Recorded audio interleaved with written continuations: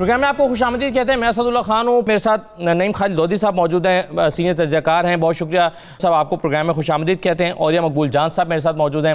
اوریہ صاحب خوش آمدید. ارشاد احمد عارف صاحب ہمارے ساتھ موجود ہیں. ارشاد صاحب شکریہ. مسئلہ کشمیر کو ہم نیکسٹ لیول پر کیسے لے جا سکتے ہیں؟ دیکھیں, میں نے اس دن جب ٹرانسمیشن تھی 5 اگست کی, اس میں بھی یہ عرض کیا تھا کہ ہمیں اس حوالے سے جو جارحانہ قسم کی سفارتکاری چاہیے تھی, وہ صحیح بات ہے ہم نہیں کر سکے. ہم اس بات پہ خوش ہو گئے کہ جناب وہ اقوام متحدہ کی سلامتی کونسل میں زیر بحث آ گیا. اس کا رزلٹ کیا نکلا ہے؟ ہمیں کم از کم جو کوشش ہونی چاہیے تھی, ہمارے وزیر خارجہ کو اسلام آباد میں بیٹھ کر ٹیلی فون پر یہ کام نہیں کرنا چاہیے تھا, نکلنا چاہیے تھا. عمران خان صاحب کو کم از کم ہمارے جو 10-15 آزمودہ دوست ہیں ان کے دارالحکومتوں میں جانا چاہیے تھا. امریکہ کا ایک خاص وزٹ اگر وہ پلان کر سکتے تھے ان کو کرنا چاہیے تھا. فرانس ہے, برطانیہ ہے, یہ جرمنی ہے, یہ ممالک جو میٹر کرتے ہیں, اور وہاں جا کے یہ ایشو, اور پھر ہیومن رائٹس کا ایشو بھی ہے اور سیلف ڈٹرمنیشن کا ایشو بھی ہے, اس کو اٹھانا چاہیے تھا. اس پہ انہوں نے صرف جنرل اسمبلی کی جو تقریر ہے, وہی تقریر اگر وہ مختلف دارالحکومتوں میں بھی جا کے کرتے, کشمیریوں کا جو کیس ہے وہ پیش کرتے, تو کچھ نہ کچھ اس کا ہمیں فائدہ ہوتا ہے. یہ کہا جاتا ہے جی ہر ایک نے پوزیشن لی ہوئی ہے. دیکھیں, جو ڈپلومیسی ہوتی ہے, جو ڈائلاگ ہوتا ہے, وہ لوگوں کو, دوستوں کو, دشمنوں کو قائل کرنے کے لیے ہوتا ہے. لیکن آپ ڈائلاگ کریں تو صحیح, آپ ڈپلومیسی کریں تو صحیح. گھر میں بیٹھ کے تو نہ فیصلہ کرتے ہیں, سفیروں کو بلا لیا, یہاں آپ نے تقریر کر دی, سنا دیا, بس کافی ہو گیا. تو ڈائلاگ ڈپلومیسی جو ہے وہ کسی وقت بھی اس کو سست نہیں پڑنا چاہیے. کم از کم میں جو توقع کرتا تھا یا کرتا ہوں وہ یہ ہے کہ کم از کم 3 اقدامات ہوں تو ہم پتہ چلے کہ ہماری ڈپلومیسی کامیاب رہی ہے. نمبر 1 یہ ہے کہ کسی بڑے فورم سے, جنرل اسمبلی سے, سلامتی کونسل سے مذمت ہو اس 5 اگست کے اقدام کی. نمبر 1.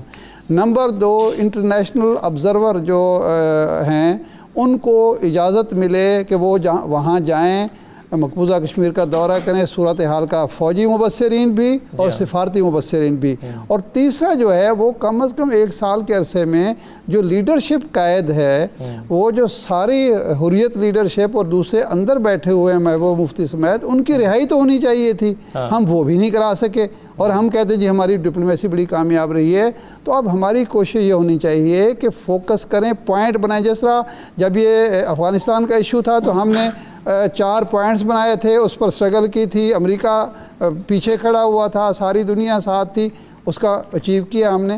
ہمارے پوائنٹس واضح ہونے چاہیے کہ جی یہ پہلے قدم پہ یہ ہونا چاہیے, دوسرے پہ یہ, تیسرے پہ یہ, چوتھے پہ یہ, اور اس میں پھر دیکھیں کہ ہمیں کتنی کامیابی ہوتی ہے. آج کے دن تک ہمیں ایک بھی پوائنٹ ایسا نہیں ہے جس پر ہم دعویٰ کر سکیں کہ جی یہ کامیابی حاصل ہوئی ہے. دنیا میں جی میڈیا میں بہت کچھ ہو رہا ہے. بھئی میڈیا میں جو ہو رہا ہے وہ تو انڈیا کے اقدام کی وجہ سے ہو رہا ہے یا کشمیریوں کی مظلومیت کی وجہ سے ہو رہا ہے, اس میں تو ہمارا کوئی کردار نہیں ہے. اگر کہیں آواز اٹھتی بھی ہے کسی سطح پہ, کسی فورم پہ, تو ہماری ڈپلومیسی کے نتیجے میں تو نہیں ہوتا, وہ اقدام کی وجہ سے ہوتے ہیں. اب اس وقت جو بھارت دباؤ کا شکار ہے, 2 طرفہ دباؤ ہے, اندرونی دباؤ ہے اور اس کے بعد چین کا دباؤ ہے. اس کو بھی اگر ہم استعمال نہیں کر سکتے اپنے حق میں, اور اپنے دوستوں کو موبلائز نہیں کر سکتے, تو پھر ہمیں اپنی ناکامی کا اعتراف کرنا چاہیے, اور یہ نہیں کہنا چاہیے کہ ہماری ڈپلومیسی بہت کامیاب رہی ہے. صحیح ہے. اچھا اوریہ صاحب, سر آپ کی رائے کیا ہے کہ اب ظاہر ہے ہم اپنی کمزوریوں کا ذکر کرتے ہیں, لیکن آگے کا روڈ میپ کیا ہو سکتا ہے؟ ہمیں کشمیر کے مسئلے کو اجاگر کرنے کے لیے, اگلے لیول پر لے جانے کے لیے کیا کرنا ہوگا؟ دیکھیں, میں آپ کو ایک عرض کروں کہ اس گزشتہ 1 سال میں سب سے بدترین قسم کی جو سچویشن تھی انڈیا کی, وہ رہی ہے پوری دنیا کے اندر. اس سے بڑا بیڈ پریس ہم نے کم از کم 50 سال بیڈ پریس فیس کیا ہے پاکستان نے. انڈیا نے اس 1 سال میں بیڈ پریس فیس کیا ہے. ہمارے بیڈ پریس کو انڈیا نے کتنا کیش کروایا آپ کو پتہ ہے؟ ہم نے انڈیا کے بیڈ پریس کو کتنا کیش کروایا؟ 0.0. یورپین یونین سے اٹھے وہ لوگ, انہوں نے قرارداد پیش کی, اپنا پورا وفد بھیجا اور سارا کچھ کیا. آپ کو اندازہ ہے کہ انڈینز نے اس کے اوپر باقاعدہ ایک اس کے نگیشن میں گفتگو کی. ہم نے اس کو اٹھا کے, کتنے لوگوں کو پاکستان کے اندر پتا ہے کہ پاکستان کی فارن آفس جو ہے اس کے اندر وہ جتنے صحافی تھے وہ لے کے نکلے. آپ کو پتا ہے اس نے کالم کے اندر جو لکھا ہے اپنا گیلانی صاحب کے داماد نے اس عورت کا قصہ, ہمیں اس سے پتا چلتا ہے انڈین سے کہ وہاں یہ کچھ بھی ہو چکا ہے. لیکن آپ مجھے بتائیے پھر پاکستان کی ایمبیسیز جو ہیں they are running as normal as they were. آپ نے کبھی ایرانی ایمبیسی کو دیکھا تھا؟ القدس کے زمانے کے اندر ان کی دیواروں کے اوپر تصویریں بھری ہوتی تھیں, وہ ایک احتجاج کا منظر پیش کرتی تھی پوری دنیا کے اندر. ہم اسی طرح ہیں, سوئے ہوئے ہیں. مطلب میں اس سے زیادہ اگر آپ برا انڈیا نہیں مل سکتا تھا, اس سے بہتر موقع نہیں مل. ایک تقریر کرنے کے بعد بہت اچھی تقریر, ہم نے بھی تعریف کی, بہت لکھا, اس کے اوپر لکھا, لیکن کیا صرف تقریر کافی ہے؟ نہیں ہوتی کافی. بھائی آپ کا فارن آفس جو ہے وہ بیسیکلی اٹ از, میں نے 2 تقریباً پوسٹنگز کی ہیں باہر کی. میں نے اپنے پاکستان کے فارن آفس کو ایک ارسٹوکریسی کے اندر زندگی گزارنے کے لیے, وہ ایک شاندار قسم کی, وہ جاتے ہیں وہاں جا کے نا زندگی گزار کے آتے ہیں. کچھ فارن آفس کے کیریئر ڈپلومیٹ ہیں, کچھ باقی ریٹائرڈ افسران ہیں, کچھ ہمارے سیاستدان ہیں, وہ اپنا 2-3 سال اچھے مزے کے گزار کے واپس آ جاتے ہیں اور کچھ نہیں. یہاں آپ دیکھیں نا, آپ کا لگژوریس لائف سٹائل دیکھ لیں ان کا, کچھ نہیں ہوتا. پاکستان کی ایمبیسیز جو ہے کتنے آپ نے اجلاس بلائے, کتنے فورم پر آئے, کتنی واکس کروائیں. میں آپ کو جس وقت تائیوان کی ایمبیسی تھی نا, تائیوان کی ایمبیسی چائنا کے خلاف ہر دوسرے ہفتے واک کراتی تھی واشنگٹن ڈی سی کے اندر. آپ نے کتنی واکس کروائیں؟ پاکستانی کریں گے, فلاں کریں گے, بھائی کب کس وقت کریں, کتنا دنیا پوری. اور پھر سب سے بڑی بات یہ ہے کہ اس وقت جو صورتحال بنی ہوئی ہے, آپ مجھے بتائیں کون کون آپ کے ساتھ کھڑا ہو سکتا ہے؟ ملیشیا کی ہم بات کرتے ہیں, ملیشیا کے اندر آج ہندو پاپولیشن جتنی زیادہ ہے, مہاتیر محمد ان کے سامنے کا اس کا نائب وزیر اعظم کھڑا نہیں ہو سکتا وہاں پر. انفلوئنس ہے, ہر ملک کی اپنی مجبوریاں ہوتی ہیں. اردگان جو ہے وہ آج اس کا جو سٹائل بدل جائے, اس کی پالیٹکس کا, اس کی ساری پالیٹکس انٹرنل الیکشن کے گھومتی ہے. قطر کی پالیٹکس ہر ملک کے حساب سے آپ نے چلنا ہوتا ہے, نہیں چلے. یہی تکلیف کی بات ہے سر. اس 1 سال کے اندر عمران خان کی تقریر بہترین, پورے 70 سال میں اتنی اچھی تقریر کسی نے نہیں کی, بہت اچھی تھی. لیکن کیا تقریر تو سب لوگ اچھی, تقریر تو ذوالفقار بھٹو بھی بہت اچھی تھی. لیکن اوریا صاحب یہ حقیقت ہے کہ ملائیشیا نے, مہاتیر محمد نے وہاں جو انفلوئنس تھا انڈیا کا, اس نے مقابلہ کیا ہے, اس میں کوئی شک نہیں ہے. اور اسی طرح تجارتی حوالے سے خود جو, اور اسی اردوان نے بھی, ترکی نے بھی بہت جاندار کردار ادا کیے. یہ ہم اس کو بھول نہیں سکتے. اس کانفرنس میں جس میں ہم شریک نہیں ہوئے, وہاں قرارداد منظور ہوئی, وہاں بات تقریریں ہوئیں, سب کچھ ہوا. یہ تو اس کو ہم نہیں بھول سکتے. بالکل صحیح ہے. اچھا جان صاحب, ظاہر ہے کچھ کمزوریاں رہی ہوں گی, کچھ زیادہ بہتر ہو سکتا تھا, کچھ پاکستان حکومت پاکستان نے کیا ہے. آپ کے خیال میں روڈ میپ کیا ہونا چاہیے کشمیر کے حوالے سے؟ دیکھیں بات یہ ہے کہ پہلے میں تھوڑا سا یہ کہہ دوں کہ اس میں کوئی شک نہیں کہ ڈپلومیسی میں بہت کچھ کرنا باقی ہے, لیکن یہ کہنا درست نہیں ہے کہ ہم نے کچھ بھی نہیں کیا. کم از کم دنیا کو 2 چیزوں کا پتہ چل گیا کہ ایک تو کشمیر مسئلہ کیا ہے, اور دوسرا یہ کہ وہاں پر جو لوگ اب مزاحمت کر رہے ہیں وہ دہشت گرد نہیں ہیں جیسے کہ پہلے ہندوستان کہا کرتا تھا. اس کے علاوہ آپ کو پتہ ہے کہ یورپین یونین میں بھی اس پر ڈسکشن ہوئی, یو کے کی پارلیمنٹ میں بھی بات چیت ہوئی, بنگلہ دیش میں بھی نکلے ہیں جلوس, اور افغانستان تک میں نکلے ہیں. تو یہ کہنا کہ وہ خود بخود ہو گئے ہیں اور اس کا ڈپلومیسی سے کوئی تعلق نہیں, میرا خیال ہے کہ یہ ایسا نہیں کہنا چاہیے. ڈپلومیسی کو جتنا آپ دینا چاہتے ہیں کریڈٹ دے دیں, رہتا بہت کچھ ہے. وہ میں بھی, میرے پاس بھی لسٹ ہے, میں بھی بتاتا ہوں کہ ہمیں کیا کچھ کرنا ہے. پہلی تو بات میں یہ کہہ دوں کہ ڈپلومیسی میں آپ جتنا مرضی رنگ بھر لیں, اس کو لال سرخ کر دیں اپنے ایکشن سے, جتنا مرضی آپ اخلاقی پریشر ڈال دیں ہندوستان کے اوپر, اگر آپ یہ سمجھتے ہیں کہ مودی کا رویہ اس سے بدل جائے گا تو بالکل نہیں, یہ بات غلط ہے. اگر ایسا ہوتا تو اسرائیل کا رویہ پوری دنیا اس کے اوپر تھی, وہ نہیں بدلا فلسطین کے سلسلے میں. پہلے تو ہمیں یہ سوچنا چاہیے. تو یہ diplomacy alone will not work. پہلی بات یہ ہے. دوسری بات دیکھیں, لا فیئر میں ابھی ہم نے کچھ نہیں کیا. ہمیں وہ فولڈر بنانے چاہیے جو ان کے تمام لیڈرز نے یہ بیان دیے ہیں کہ ہم حملہ کریں گے, اور ان کے جنرل صاحب نے کہا ہے کہ وہاں ریپ ہونا چاہیے. یہ سارے, وہ جو نانا کے اوپر پوتا بیٹھا ہوا رو رہا ہے, یہ ساری چیزیں ہمیں لے کر جانی چاہیے. پھر آپ یہ بتائیے, ابھی سب سے جو اہم مسئلہ ہے کہ وہ وہاں پر ڈیموگرافی چینج کرنے کی کوشش کر رہے ہیں. ہمیں ایمرجنٹ طور پہ جانا چاہیے, یو این میں کہنا چاہیے کہ فوری طور پہ پاپولیشن سینسس کروائیں آزاد کشمیر میں, گلگت بلتستان میں اور مقبوضہ کشمیر میں, تاکہ نہ ہم چینج کر سکیں ڈیموگرافی, نہ وہ چینج کر سکیں. میرا خیال بڑا ہمارا یہ جائز مطالبہ ہوگا. ہم نے کوئی کوشش نہیں کی کہ ہم گورنمنٹ ان ایگزائل بنائیں, حالانکہ وہ بڑا ایک افیکٹو ٹول ہوتا ہے. میزورام جیسے لوگوں نے بھی بنا لیا. ہمارے آزاد کشمیر والے بھائی کہتے ہیں نہیں جی ہماری سیٹیں موجود ہیں. ارے بھائی وہ 80 لاکھ ہیں, آپ 20 لاکھ ہیں, آپ کی کتنی سیٹیں آپ ان کو دے کے آپ کو باقاعدہ ایک گورنمنٹ ان ایگزائل بنانی چاہیے.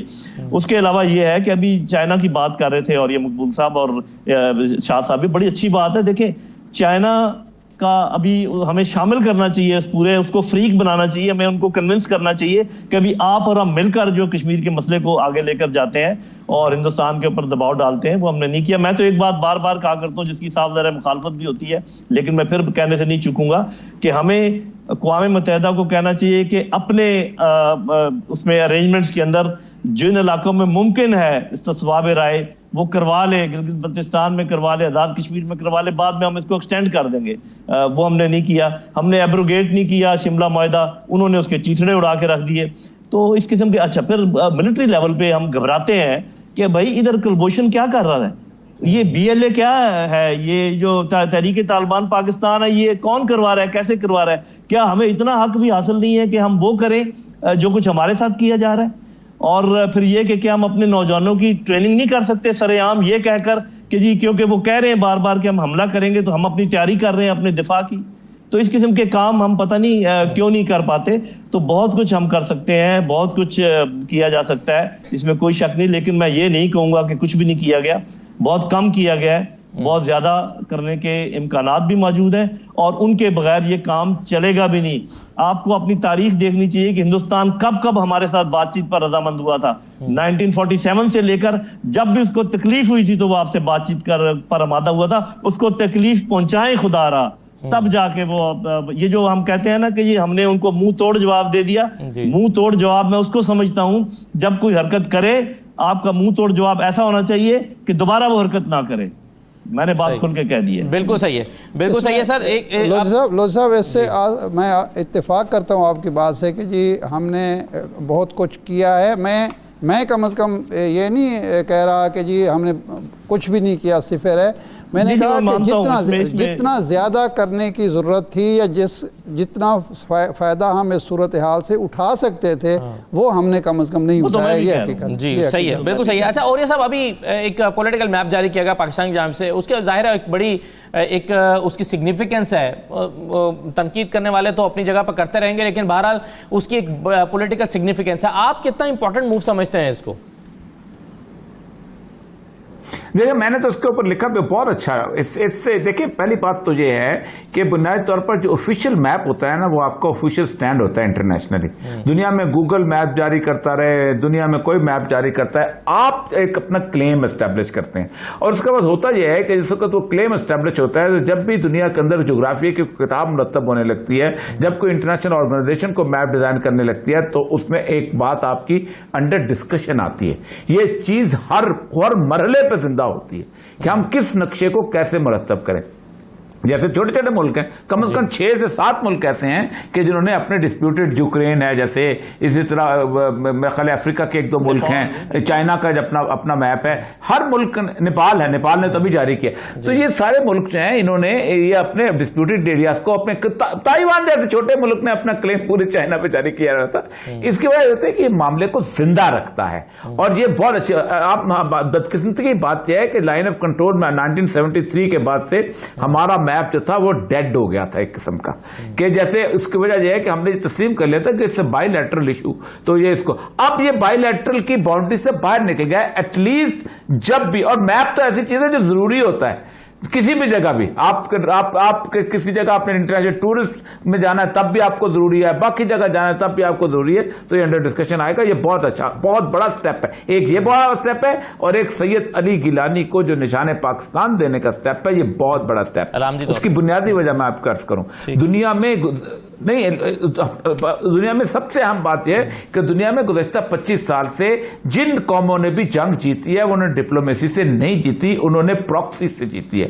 اور پراکسی ہی چلتی ہے, پراکسی ہی کامیاب ہے. اور ان کے لوگوں نے, اور ایک بات کشمیری آج جان گئے ہیں اور سمجھتے ہیں اور کہتے ہیں ہمارا راستہ بڑا آسان ہو گیا کہ جب تک انڈیا کے 20-22 کروڑ مسلمان کشمیریوں کا ساتھ نہیں دیتے کشمیری جنگ نہیں جیت سکتے. اور انڈیا کے 22 کروڑ جو ہیں اس وقت لوہا گرم ہے. انڈیا کے مسلمان ساتھ ہو گئے وہ کہتے ہیں پھر تو کیرلا کا مسلمان جو ہے وہ ٹرک پہ بیٹھ کے کشمیر آ جائے گا اور ہمارے ساتھ لڑے گا. اور وہ لڑتے ہیں. ویتنام آپ دیکھیں اسی طرح آزاد ہوا.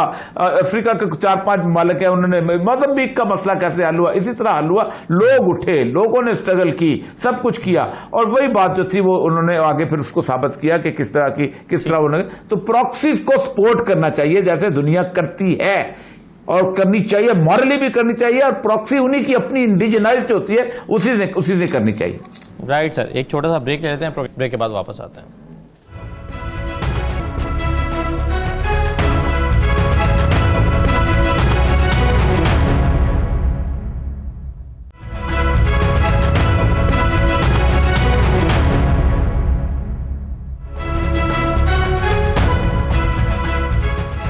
دوبارہ خوش آمدید. ارشاد صاحب, ظاہر ہے کشمیر کے حوالے سے اور کچھ نیشنل ایشوز ایسے ہوتے ہیں جس پر ہم توقع کرتے ہیں کہ تمام پولیٹیکل پارٹیز, چاہے ان کا تعلق اپوزیشن سے ہو, حکومت کے لوگ ہوں, وہ سب ایک پیج پر ہوں اور مل کر ایک کاز کے لیے کام کر رہے ہوں. انفارچونیٹلی پاکستان میں کشمیر جیسے ایشوز پر بھی سیاست ہوئی ہے, اور کشمیر کی جب اپنی جو موومنٹ ہے وہ اپنے عروج پر ہوتی ہے تو یہاں پر جلسے جلوس بھی شروع ہو جاتے ہیں پولیٹیکل چیزوں کو لے کر, اس سے بھی وہ تحریک ڈیمیج ہوتی ہے.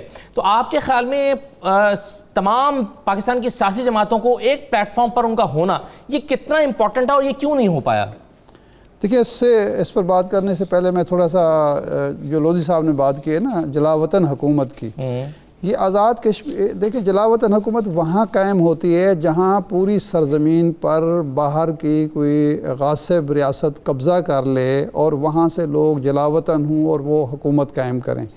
ہمارے پاس صورتحال یہ ہے کہ کافی علاقہ گلگت بلتستان اور آزاد کشمیر کی شکل میں موجود ہے جی, اور وہاں ایک حکومت بھی قائم ہے, اور وہ اسی وقت قائم ہو گئی تھی 1948 میں جب یہ واقعہ ہوا تھا, اور چودھری غلام عباس صاحب اور سردار ابراہیم اس حکومت کا حصہ بنے تھے. سردار ابراہیم وہ شخص تھے جن کے گھر 19 جولائی کا اجلاس ہوا تھا جس میں الحاق پاکستان کی قرارداد منظور کی گئی تھی.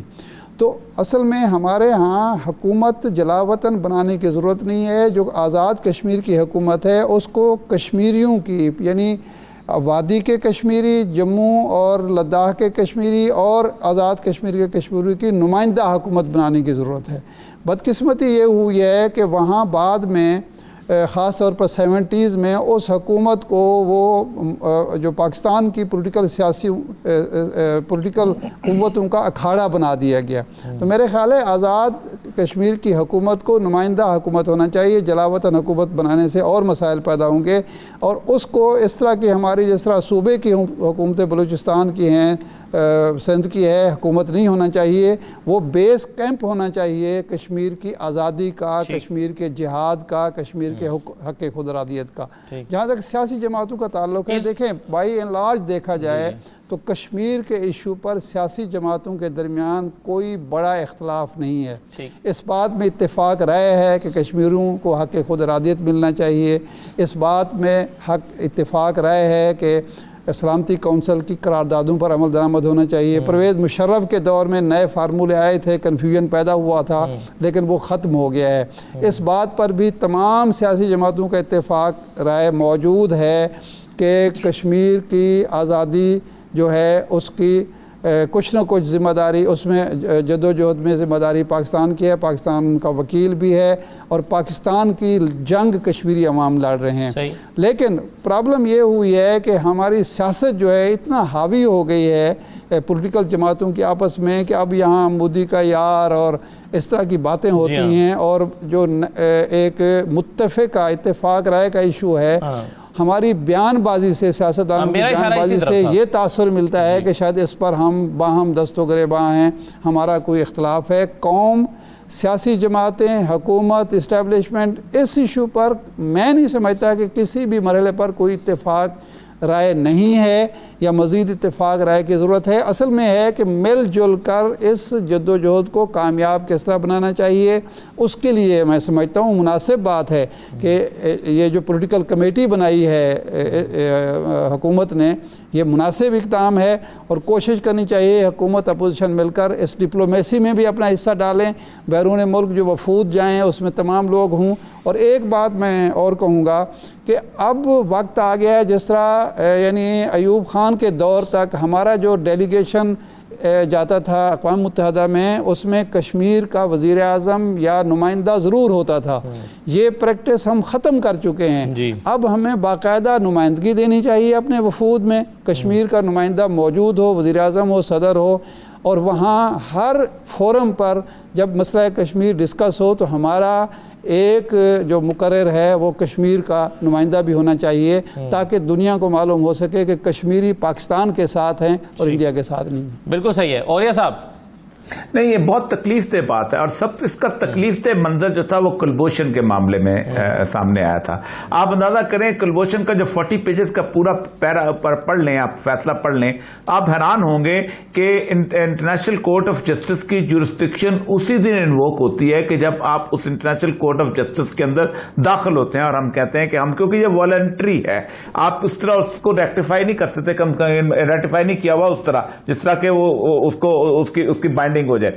لیکن جب آپ نے اس کے داخل ہو گئے، اور داخل نواز شریف کے زمانے میں ہوئے تھے، اور اس کی ریپرکشن، اس کے جو فیصلہ ہے جس کو آپ نے امپلیمنٹ کرنا ہے، اس کے اوپر جو کچھ ہوا ہے بلاول کی طرف سے اور شہباز شریف کی طرف سے، نوئنگلی کہ یہ نیشنل ایشو تھا، نوئنگلی کہ انڈیا اور پاکستان کا معاملہ تھا، نوئنگلی کہ یہ انتہائی بدترین رویہ، میں کہتا ہوں بہت تکلیف تھے، بہت تکلیف تھے. یعنی کہ آپ کو پتہ ہے، آپ یا تو یہ لوگ ہونا کبھی زندگی میں حکومت میں نہ رہے ہوں، زرداری حکومت میں نہیں رہے، یا اس کے بعد نواز شریف شہباز شریف حکومت میں نہیں رہے، اور انہی کے زمانے کے اندر یہ سارے کا سارا کیس جو ہے وہاں گیا، وکیل بنے، وکیل جا کے آئے اور پاکستان کیس جیتا.